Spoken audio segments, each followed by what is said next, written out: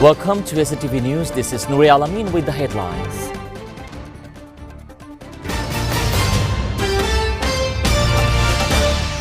Referendum and national election will take place on same day, announces Chief Advisor. This process won't hinder ongoing reform efforts.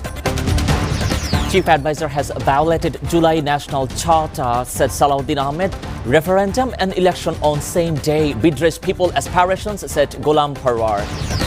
International Crimes Tribunal sets ousted Sheikh Hasina's trial verdict for November 17.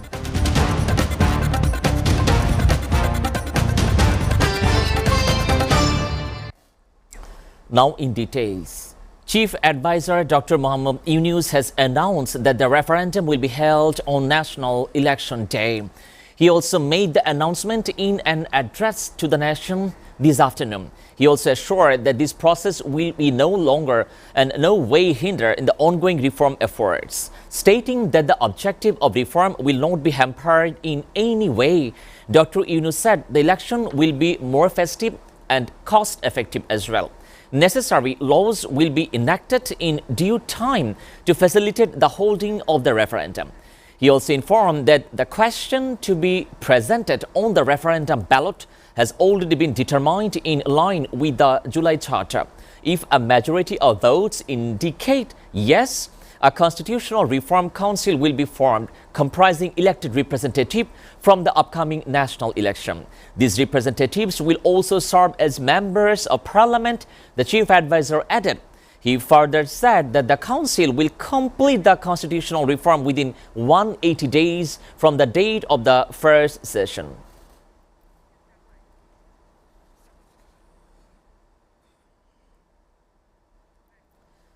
BNP Standing Committee member Salahuddin Ahmed today said the Chief Advisor has violated the July National Charter through his outlines on the implementation of the Charter in his speech to the nation. The Chief Advisor himself signed the July Charter. In his speech, he also violated the Charter by including matters beyond the signed Charter and adding new elements and that were not mentioned in it. Said Mr. Salahuddin, if Chief Advisor's speech is analyzed alongside the signed charter, it will become clear that the Chief Advisor has grossly breached it. The BNP leader added, meanwhile, an urgent meeting of BNP Standing Committee member has been called for this evening. The meeting convened the BNP acting chairman Tariq Rahman will begin at 7 p.m. at the chairperson office in Kulshan. The interim government's decision to hold the referendum on the July National Charter on the same day as the national parliamentary election doesn't meet the people's aspirations, said Jamaat Islami. Jamaat Secretary General Mia Ghulam Parwar gave the reaction this afternoon at the central offices in Mogbazar following Chief Advisor Dr. Muhammad Yunus' address to the nation. He also said the intention of the people was to propose amendments to the constitution based on the legal basis to the July Charter and the reform that were made before the national election. Consensus were reached on 48 proposals, including constitutional reform and other reforms. This must be presented to nation before the general election. Voters need time to understand them from the view and then deliver a clear yes or a no verdict, he asserted. However, if the referendum is held on the same day as the election, a voter would be asked to decide on the reform and also choose a party symbol on the ballot. The overlap risk confusion and crisis. We wanted election free and such pitfall. Instead, the risk remain, and Jamaat leader added. The International Crimes Tribunal 1 has fixed November 17 for the verdict in the case against ousted Prime Minister Sheikh Hasina, former Home Minister Asaduzzaman Khan Kamal, and 3 others over crime against humanity committed during the July-August period surrounding the anti-discrimination student movement. A 3-member panel to the tribunal, headed by Justice Muhammad Ghulam Murtaza Mujumdar, issued the order day. Chief Prosecutor Muhammad Taizul Islam and other prosecutor was present during the hearing, while state-appointed lawyer Muhammad Amir Hussain represented the accused. earlier on October 23. Both the prosecution and the state-appointed defense concluded their arguments in closing statement on behalf of the prosecution. Chief Prosecutor Tajul Islam and Attorney General Mohammad Ashiduzaman sought the maximum punishment for the accused, while Amir Hussain pleaded for the agriculture and acquittal, claiming innocence.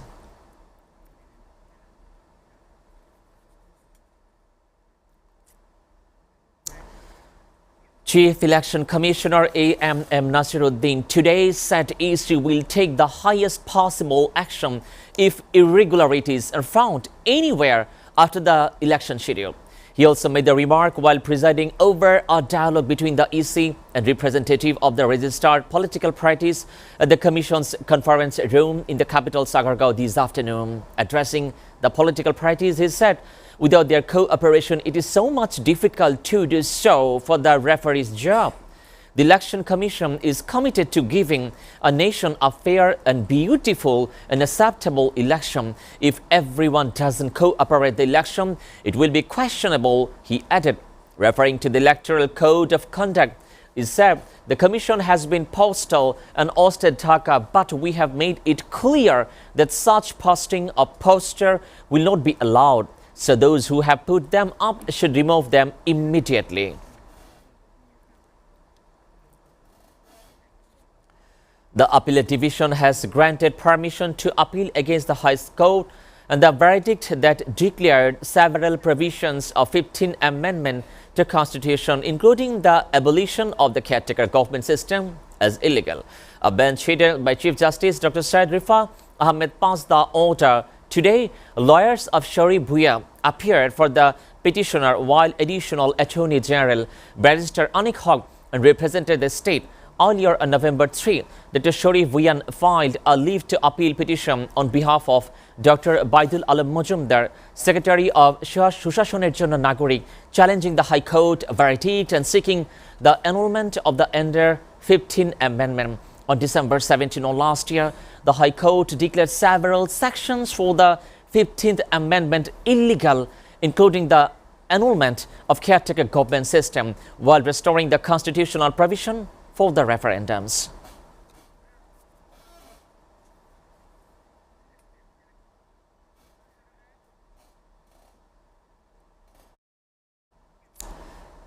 Viewers, we're taking a short break. Stay with us.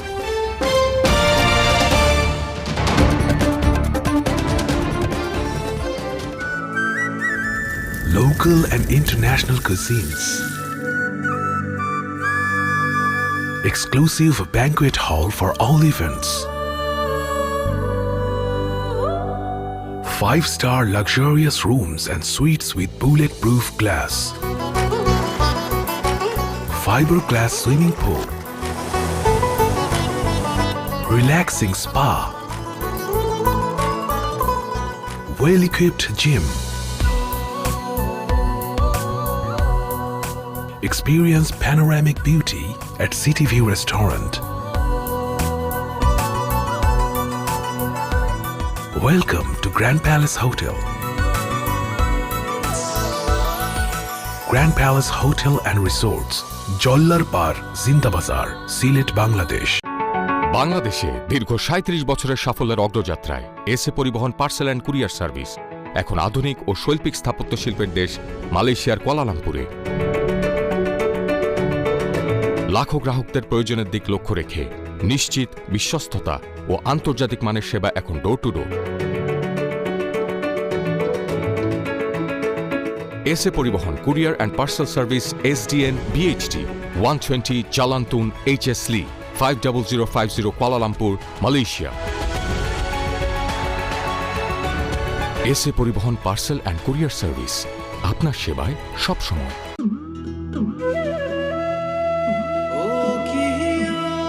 Explore the magnificent view of Rangpur. 5-star facilities, rich chain hotel, Grand Palace. Relax in spacious rooms and suites.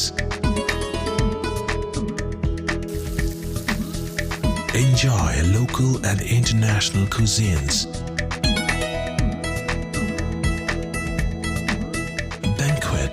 conference room, helipad, gymnasium, beauty salon,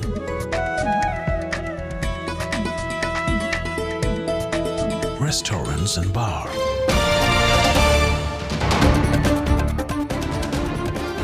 Welcome back, and you are watching SATV News. Now, news from abroad. US President Donald Trump on Wednesday signed legislation ending the longest government shutdown in US history, roughly 2 hours after the House of Representatives voted to restate disrupted food assistance pay hundreds of thousands of federal workers and revive a hobbled air traffic control system.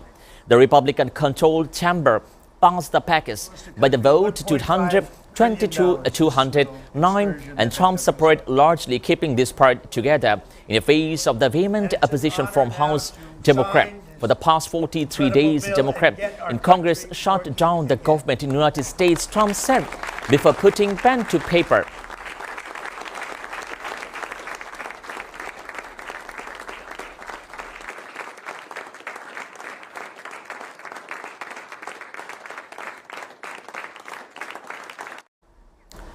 Israeli President Isaac Herzog has received a letter from US President Donald Trump urging him to consider granting a pardon to Prime Minister Benjamin Netanyahu, Herzog's office said on Wednesday. While I absolutely respect the independence of Israeli justice system and its requirement, I believe that the case against Bibi, who has fought alongside the long time, including against the very tough adversary, Israel-Iran, is a political unjustified prosecution, Trump said on letter shared by Herzog's office. The office said on anyone seeking a presidential pardon must submit a formal request in accordance with the established procedures. Netanyahu later on Wednesday thanked Trump. Netanyahu has been facing a long-running corruption trial, and Trump has repeatedly asked for a pardon for his closely ally. Netanyahu denies the largest and charges the pleaded not guilty. One of the greatest wartime. Hey, I have an idea, Mr. President. Why don't you give it? The Kremlin said on Thursday that Ukraine would have to negotiate with Russia sooner or later, and predicted that Kiev's negotiating position would get worse by the day. Moscow, whose forces are trying to take control of the city of the Zaporizhzhia in eastern Ukraine, has accused Ukrainian officials of refusing to engage the peace talks. Kiev said Moscow termed to end the war an unacceptable and tantamount to asking it to the surrender. Kremlin spokesman Dmitry Peskov told to reporter on Thursday that Russia remained open to a political and diplomatic settlement and wanted peace. But in the absence of such an opportunity, he also said Russia would continue fighting in order to protect its own security for benefit of future. And the Ukrainian side should know that sooner or later it will have to negotiate, but from a much worse position. The position of Kiev regime will deteriorate day by day, said Peskov.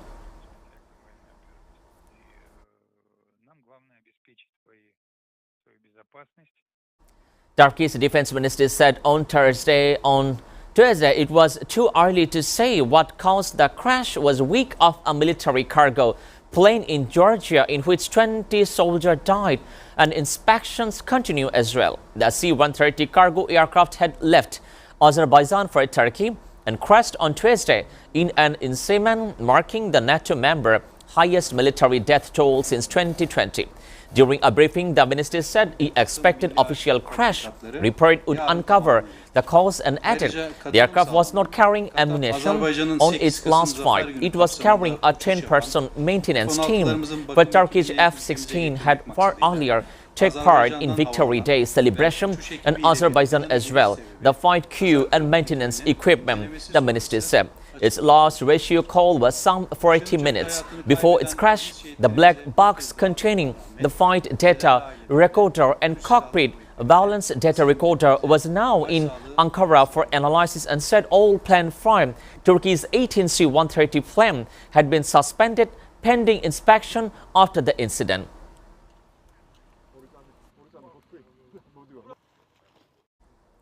China's foreign ministry on Thursday demanded Japanese Prime Minister Shinzo Takagi retract what it called her angers Taiwan-related remark, wanting that Japan would bear the consequences. The Takaichi sparked a diplomatic row with Beijing with remark at Parliament last week that a Chinese attack on Taiwan could amount to a survival threatening situation and trigger a potentially military response from Tokyo. In Beijing, during a news conference, Foreign Ministry spokesperson Lin Jian said that Takaichi had refused to retract her remark after China launched a strong protest urging Tokyo to immediately rectify its action. Meanwhile, Lin Jian also said it's firmly opposed a group of 7-point settlement on Chinese military buildup. The G7 turned a blind eye to the United States' special priority for nuclear disarmament and the nuclear proliferation risk created the UNCLOS trilateral security partnership, yet point finger at China instead, he also added.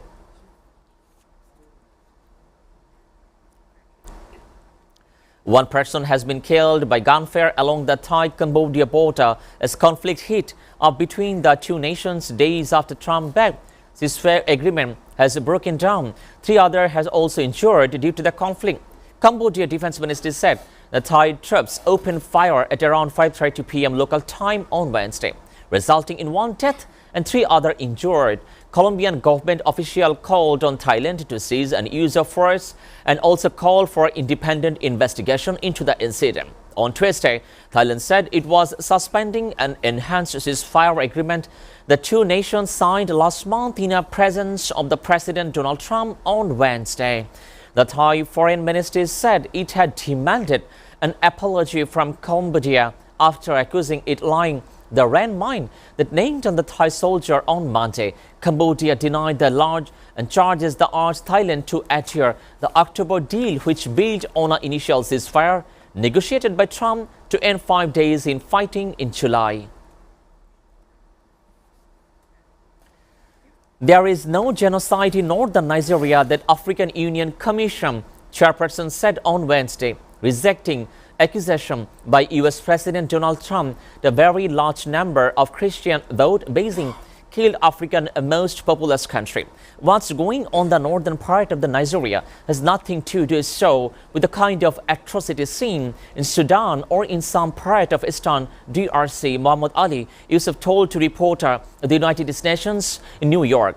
Referring to Democratic Republic of Congo, think twice before making such a statement. He also said the first victim of Boko Haram are not Muslim, not Christian, he also added. I'm saying it with documented references. So the complexity in the...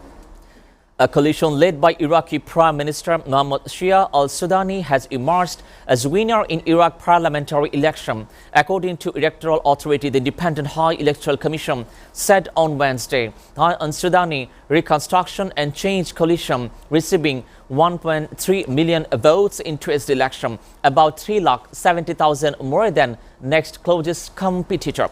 Speaking after initial results were announced, Al-Sudani held the voter turnout 56%, saying it was clear evidence of another success that reflected the restoration confidence in the political system.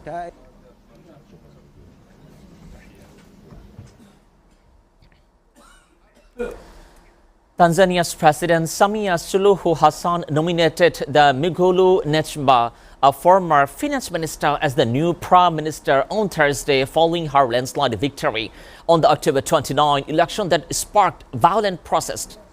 Parliament confirmed his appointment later on Thursday, a move widely expected given Hassan's overwhelming win. Opposition groups say in government rigged a vote and excluded key challenges triggering unrest. The UN Human Rights Force in the belief 100 were killed in the protest, while opposition leader and activists claim security forces killed more than 1,000 people. The government has dismissed this figure as exaggerated and has not released its own count. Hassan, who has been official since 2021, has rejected criticism of her human rights record and defended fairness of the election.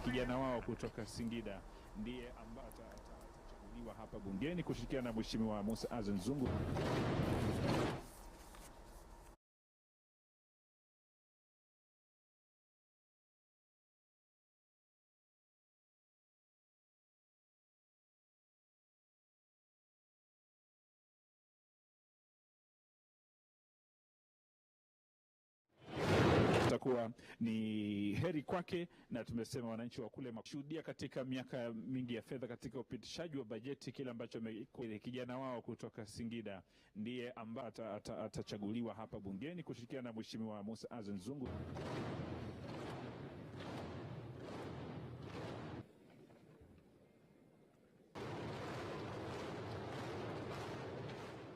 Waziri Mkuu wa Jamhuri ya Muungano wa Tanzania.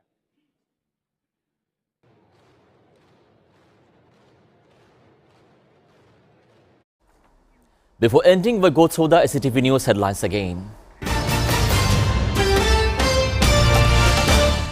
Referendum and national election will take place on same day, announced the Chief Advisor. This process won't hinder ongoing reform efforts. Chief Advisor has violated July National Charter, said Salahuddin Ahmed. Referendum and election on same day betrays people's aspirations, said Ghulam Parwar. International Crimes Tribunal sets ousted Sheikh Hasina's trial verdict for November 17.